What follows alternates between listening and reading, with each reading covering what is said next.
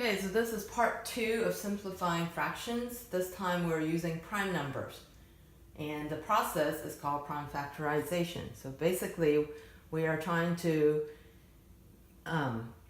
get down to what prime numbers make the number that we're simplifying. So we're going to use the same fractions that we used the GCF to simplify, which was 8 and 28. So as I said, instead of doing the tree like that, looking for factors, we're actually going to treat it. It's kind of like a number bond method. So I know 1 times 8 is 8, okay? And these are not prime numbers. 1 is an exception. I'm just going to circle that. There's no other factor to multiply to get to 1 anymore, so I'm going to circle that. Now, however, 8, I know that 4 times 2 is 8. And 2 is the only even prime number. So I'm going to go ahead and circle that. And I can still multiply 2 times 2 equals 4.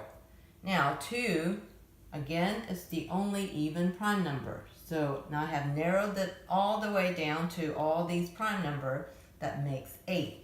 So instead of writing or dividing the greatest common factor, I'm going to write the sentence that says 1 times 2 times 2 times 2 is equal to 8. Okay? I'm going to do the same thing to 28. So 28 here, I know 7 times 4 is 28. Okay? And I already know that 7 is already a prime number, so I'm going to circle that.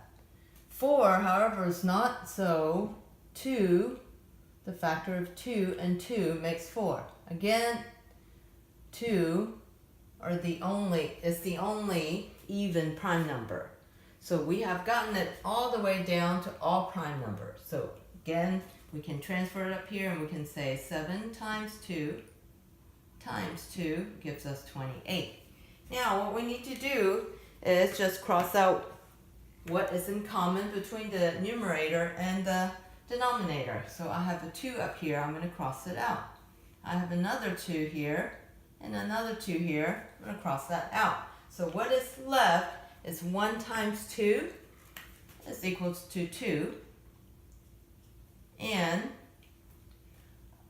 7 times nothing, or 1 if you will, there's a 1 there, is equal to 7. So therefore, just like what we had arrived earlier, we have the same answer, 2/7. Now I'm gonna squeeze down here and try to work on the other one, just like before. So we have that number that was 1378. So same as before, I'm going to use prime factorization this time. Okay, I'm going to draw a line so you don't get confused. It's the same problem. I have 13. What makes 13? We know it's a prime number already. So 1 and 13. I can circle both of these. So I'm going to write the sentence 1 times 13. Now 78, again, we can say 6 times 13. From earlier, we know that makes 78. Now, I know 13 is a prime number, so I'm going to circle that. However, 6 is not. So 6 is 2 times 3 is 6. So therefore, 2 and 3 are both prime numbers. I am now going to circle that. So therefore, instead of writing 78, now I can write 2 times 3 times 13. So, what do I have in common this time? I'm going to cross it out just like before. So I have a 13. I have a 13. What is left is 1 over 2 times 3, which is 6. So again, we arrived at the exact same answer, but it's just a different process.